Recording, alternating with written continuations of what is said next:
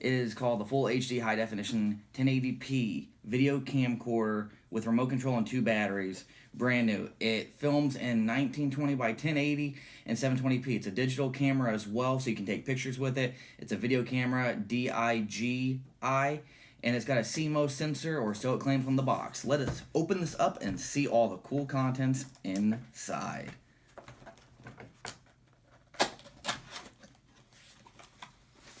Oh wow. So it comes with a 3.5 millimeter microphone cable, so you can plug this into the microphone it comes with and into the camera, so you can use the external microphone. It comes with not only one high power battery, but also a second high power battery. The capacity on these batteries says it is 1000 mAh. So that will be probably about an hour or two with the camera turned on. Recording in 1080, no idea. 720, probably about 2 hours around that. It comes with the hood that screws on, so it looks very, very professional. It's called the DV37-72 hood. It's really awesome. It's really cool too, honestly. It's really cool. It comes with your typical cables that plugs into the camera and also outputs to your TV.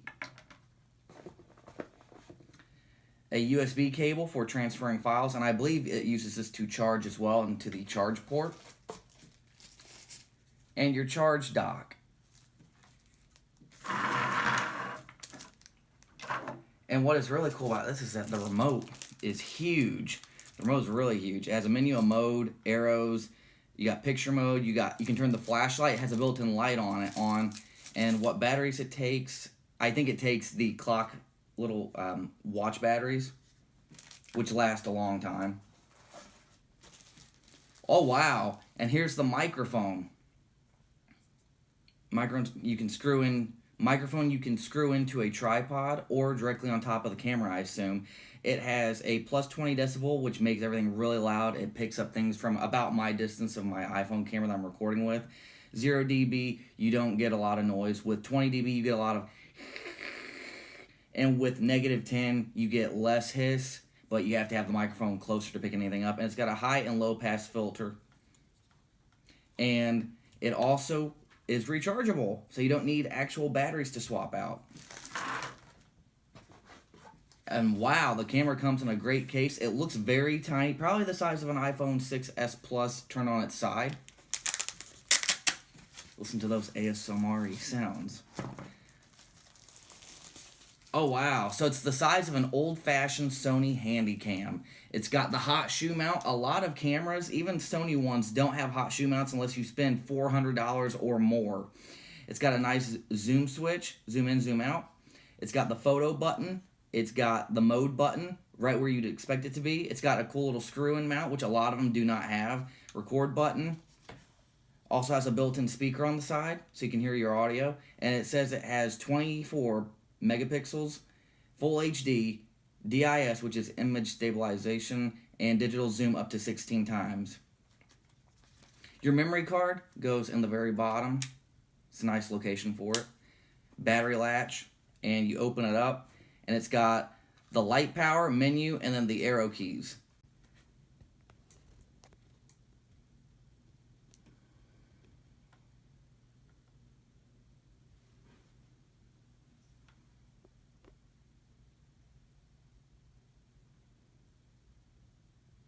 This is what you see when you turn it on. You've got the Evo, you've got auto white balance, you've got special effect filters, you've also got, it says 2M HD, which I believe is 2 megapixel HD. You've got your zoom, you've got your artistic effects, if your anti-shake is on, you've got if it's in video mode, your time recorded, and your battery life indicator. This is how the camera looks with lighting in an apartment. If I had the lights off, it would be super dark. It's on a mini tripod, like a really tiny mini tripod. So it does fit on mini tripods, and the microphone is not plugged in. So I don't know if it has an internal built-in microphone or if the external microphone it comes with is the only way that it can record audio. So I'm hoping it has a built-in one so I can do a test of the microphone as well. This is a test of the microphone turned on. Low or high pass filter are required to be turned on to turn the microphone on. This is on 0 dB, 0 decibels. So it's the regular noise you're going to hear if you plug it into anything like a cell phone or a DSLR without doing adjustments. Now I'm going to see if I can change the quality of it while it's recording, because some cameras do not let you do that. So now I'm going to do -10. -10 dB is supposed to be where you get less noise, but it sounds farther away. The audio's lower. Unless you get really close like this, then you can hear it slightly better. This is supposed to be a stereo microphone. It's supposed to pick up things all in like this kind of a wave format, left and right, and then middle, everything like in a triangle, kind of a cone. And now I will be doing +20 gain, which will make everything super loud. Okay, so this is supposed to pick up more noise. Everything's supposed to be 10 times louder, so you got to talk a little bit more softer. You don't have to be nearly as close, but you're going to get more hiss. So let me tell you what I think about the audio. My favorite one so far was the 0 dB. I would love the -10 dB for the lessened hiss noise, but 0 dB's common. It's what it's made for, and you don't have to be super close to it to get clear audio. That's my favorite mode with this microphone. This is what it looks like when there's very little light. Now, in order to use the built-in light, you have to hit the button right above the menu button on the side of the camera.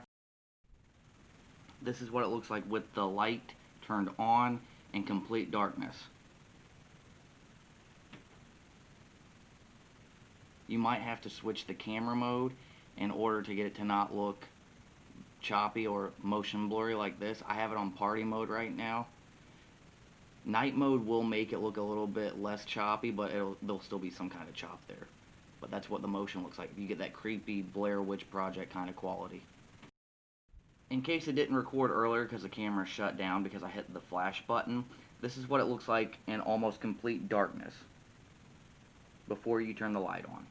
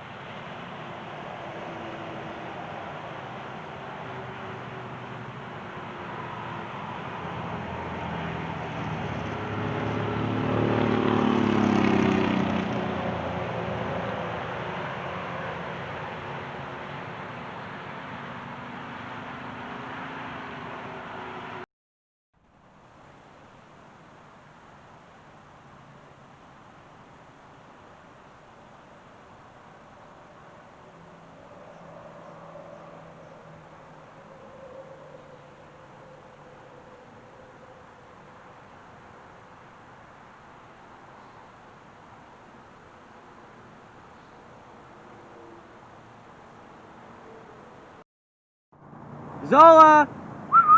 Zola! Come here, Zola!